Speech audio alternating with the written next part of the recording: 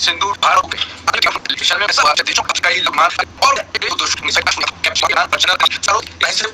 कि भारत ने राजनीतिक में अलग छूट दिया। सावधानी भी थी। हो गए क्या भारती जी के जो एयर मार्शल भारती के स्टेटमेंट को हम ये माने हमारे सारे पायलट सुरक्षित हैं का अर्थ क्या माने हम कि सारे पायलट सुरक्षित हैं? और जो वायुसेना के अंदर तो युद्ध कर लीजिए, हो गया सब हो गया। आतंकवादी की मृत्यु का जनाजा नहीं निकलता है क्योंकि जो जहां मारा जाता है वही दफन किया जाता है। अगर हम पे शक करोगे हम पाकिस्तानी हैं, स्टोन पेल्टिंग करने की किसी की हिम्मत नहीं है। हम हिंदू और मुसलमान एक दूसरे को गले नहीं लगाएंगे। हमारे प्रधानमंत्री मैं नहीं समझता वो सिर्फ आपके प्रधानमंत्री हैं, वो हिंदुस्तान के प्रधानमंत्री हैं। जब तक वो उस कुर्सी पे बैठे फारूक साहब हमने कश्मीर के दिलों को जीतना है। मैं आज उनसे ये अपील करता हूँ और इस हाउस में अपील करता हूँ आप सबसे, नफरतों को छोड़ दीजिए, हम दुश्मन नहीं हैं। आपके अंदर मेरे लिए गुस्सा है, आपके लिए मैं पप्पू हूँ, आपके लिए को हम सराहना करते हैं। और इस देश पे विपरीत जो परिस्थितियां आई उस दौरान इस देश की समस्त राष्ट्रीय पार्टियां, क्षेत्रीय पार्टियां एक मंच पे खड़ी हुई और मजबूती के 26 हमारे निर्दोष लोगों को मारा गया और हमने कह दिया ऑपरेशन सिंदूर नाम से पाकिस्तान मुंह तो जवाब, लेकिन जो सामने आई आज हमने जवाब सुना, इसे लगा कि झूठी तस्वीर बुरा का काम किया, लोगों को तड़पा तड़पा के हमने काम किया, 100 लोगों को मार गिराया। अच्छी बात है, तो नहीं 1000 को मारना पड़ेगा, तो मुंह तोड़ जवाब देना पड़ेगा। ये जो जवाब नहीं आया कैसे गए वो उनमें से नहीं है, उसका ये जानना चाह रहा है, लेकिन वो वर्तमान जो स्थिति में जिस तरह से देश ग्रोथ कर रहा है उसके साथ जो एजुकेशन डिपार्टमेंट के अंदर जो क्वालिटी आनी चाहिए थी वो आज नहीं आ रही है। आज हम सब जब यहाँ हैं, मैं आज उसके पीछे 2 कारण हैं। एक तो अपने YouTube चैनल खेल की दुनिया पर वेलकम कहता हूँ। अगर अभी आपने छाटा लाट में रिएक्शन देखा है, प्रेसिडेंट सदूर पे वो कहते इंसल्ट कर रहे हैं मोदी की, और ख़ास तौर पर हमें कितनी बुरी शिकायत हुई है। पाकिस्तान के 6 जहाज जो हैं वो घुसकर 1 घंटा मारते रहे और हमें बिल्कुल भी ज़रा सा भी उनका सामना न कर सके। और वीडियो बहुत ही मज़े की है, रिएक्शन बहुत ही मज़े का, आप एंड तक देखेंगे। और मेरे चैनल को सब्सक्राइब करके बेल नोटिफिकेशन ऑन करते मैं वीडियो स्टार्ट करता हूँ। ये मत करिए, आपको लाइव दिखाता हूँ कि इंडियन एक्सपर्ट और पार्लियामेंट लीडर जो हैं वो क्या कह रहे हैं ऑपरेशन सिंदूर के बारे में। मैं इस समय पुलवामा हमले में शहीद हुए हमारे 26 नागरिक ऑपरेशन सिंदूर शहीदों को सराहना करते हैं। और इस पे विपरीत परिस्थितियां आई उस दौरान इस देश की समस्त राष्ट्रीय पार्टियां एक मंच पे खड़ी हुई और बुद्धि के साथ पाकिस्तान को जवाब देने के लिए खड़ी हुई, जिसके लिए सभी को दवा देना चाहूंगा। पता नहीं आतंक उसके रंडम मचाया, हमारे निर्दोष लोगों को मारा गया और हमने कह दिया ऑपरेशन सिंदूर के नाम से पाकिस्तान को मुंह तोड़ जवाब दिया। लेकिन हकीकत जो सामने आई और आज जो हमने जवाब सुना, इससे लगा कि झूठी तसल्ली देख के देश को गुमराह करने का काम किया है। हमारे देश के अंदर घुस के हमारे लोगों को तड़पा तड़पा के मारने का काम किया। और हम कह रहे हैं कि पाकिस्तान में जाके हमने 100 आतंकियों को मार गिराया। अच्छी बात है, 100 नहीं 1000 को मार गिराना पड़ेगा, सबको मुंह तोड़ जवाब देना पड़ेगा। लेकिन ये क्यों जवाब नहीं आया? वो 5 लोग कहां से आए, कैसे गए? 1 घंटे तक तांडव किया उन्होंने, धर्म पूछ के मारने की बात की, पलमा पड़ा केंद्र की बात की, लेकिन वो उनमें से है कि नहीं है, वो आज पकड़े गए कि नहीं गए, वो मारे गए कि नहीं गए, उसका जवाब ये सदन ये देश जानना चाह रहा है, लेकिन वो जवाब नहीं आया है।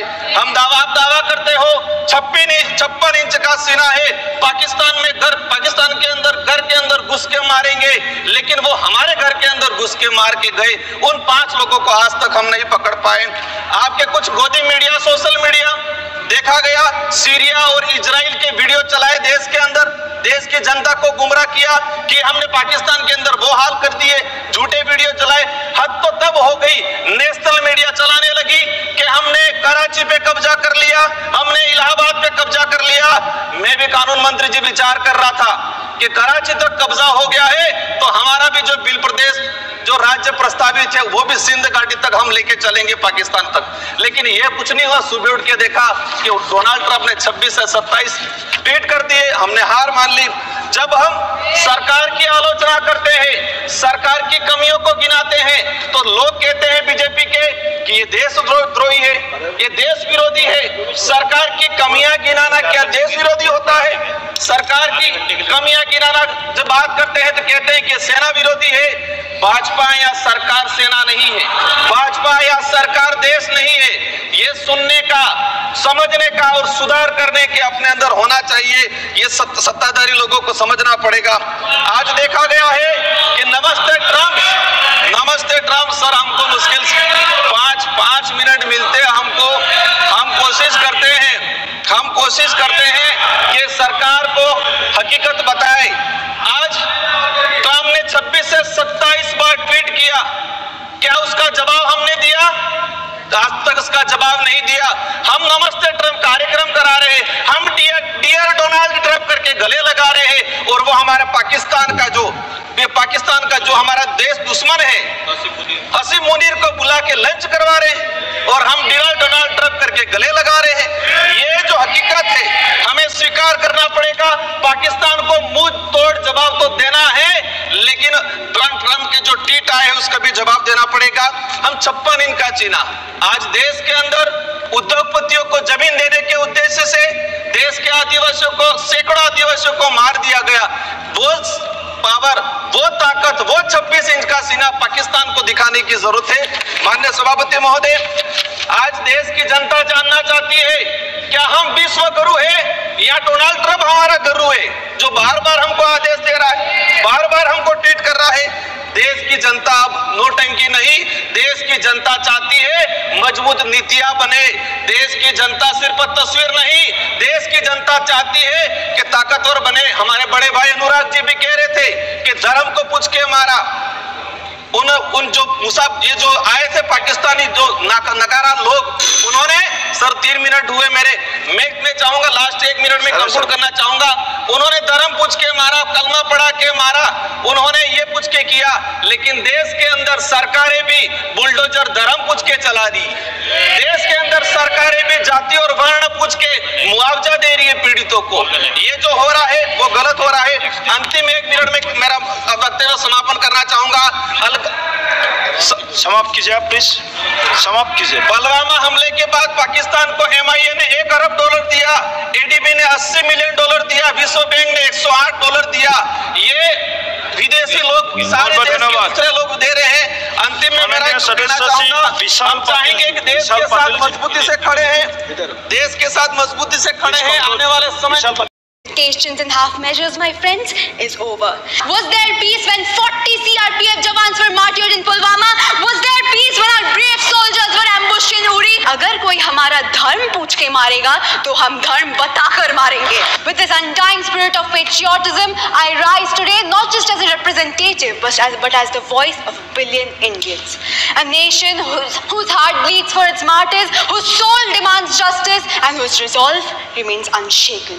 Greetings to one and all present here. I am Sonakshi Bhattacharya from the state of Bengal, but today I stand here most importantly as an Indian. And as an Indian, my friends, I would like to ask for a firm and uncompromising stance against cross-border terrorism. The time for hesitations and half measures, my friends, is over. Now, some in the opposition may argue that such a move may destabilize peace. But to them, I would like to ask, was there peace when 40 CRPF jawans were martyred in Pulwama? Was there peace when our brave soldiers were ambushed in Uri? Was there peace when our air base was attacked in Pathankot? Silence, my friends, is not diplomacy, and appeasement is not strategy. When terror is exported across the border as state policy, the only response must be strength. Under this very government, our border security forces are stronger, sharper, and more technologically equipped than ever before. Today, drone surveillance, AI-backed fencing, night vision monitoring, and satellite tracking have significantly reduced infiltration.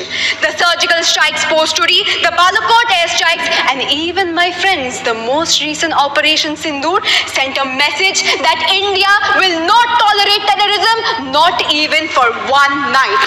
Looking forward, this government is laying a comprehensive blueprint to eliminate terrorism from its very roots. We have empowered agencies like the NIA and the Multi-Agency Center for Real-Time Intelligence Sharing. We are tackling money laundering and terror financing head-on. Hawala networks have been exposed, Benami assets seized, and sleeper cells dismantled through coordinated efforts of the ED, NIA, and the state forces. Now, my friends, let us not forget that every single government of India has been facing the dark shadow of terrorism since independence. But the difference today lies in the clarity of intent to move from response to retaliation, from defense to deterrence. But again, I must remind you that this fight isn't just the government's. It is of India's. We need internal unity, we need collective political will, and we need to rise above the partition lines and stand with our armed forces and institutions without ambiguity as one nation. So I ask this House, will we let the pain of our martyrs go in vain? Will we keep waiting for another attack to wake up, or will we act now boldly and decisively as one nation? India, my friends, has wept enough. India has condemned enough, and now is the time to wake up. Now is the time to act boldly and decisively and to honor our 1994 resolution and end cross-border terrorism. We must let the world know that India will fight, India will rise, and India will prevail. Because at the end of the day, my friends, Bharat सिर्फ एक भूमि का टुकड़ा नहीं, एक जीती जागती राष्ट्र की आत्मा है, और अगर कोई हमारा धर्म पूछ के मारेगा तो हम धर्म बताकर मारेंगे। Thank you so much. जय हिंद, जय